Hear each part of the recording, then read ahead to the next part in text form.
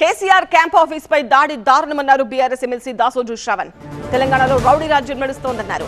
రాహుల్ ఖర్గే ఆఫీసులో మోదీ ఫోటో పెడుతున్నారా అని ప్రశ్నించారు. 3 మున్సిపాలిటీల్లో ఓటమిని తట్టుకోలేకే దాడులకు దిగారన్నారు. ఇప్పుడు ఇది ఒక వింత వైపరీత్యం. రాహుల్ గాంధీ గారికి కూడా ప్రభుత్వ కార్యాలయం ఉంది. ఆయన ఉండేది రెసిడెన్సే కదా, పార్లమెంట్లో ఇల్లు ఉంటుంది. మరి రాహుల్ గాంధీ గారు లేకపోతే మల్లికార్జున ఖర్గే గారు రాజ్యసభ సభ్యుడిగా, పార్లమెంటు సభ్యుడిగా నరేంద్ర మోడీ బొమ్మ పెట్టుకున్నారా? చెప్పురు మరి. నరేంద్ర మోడీ బొమ్మ పెట్టుకున్నారా? ఈయన అచ్చమైన పూసైతే ఎవడన్నా బొమ్మ పెట్టుకుందనేమోనండి.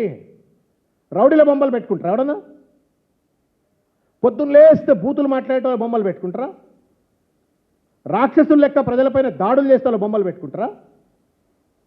రాహుల్ గాంధీ మోడీని పెట్టుకోకపోతే తప్పు లేదు.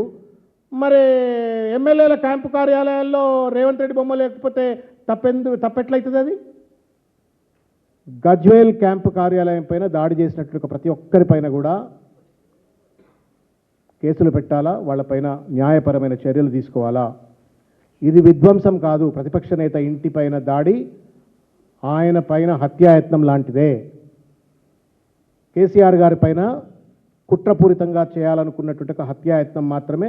తగిన కేసులు నమోదు చేయాలని చెప్పని డీజీపీ గారికి విజ్ఞప్తి చేస్తూ ఉన్నాం.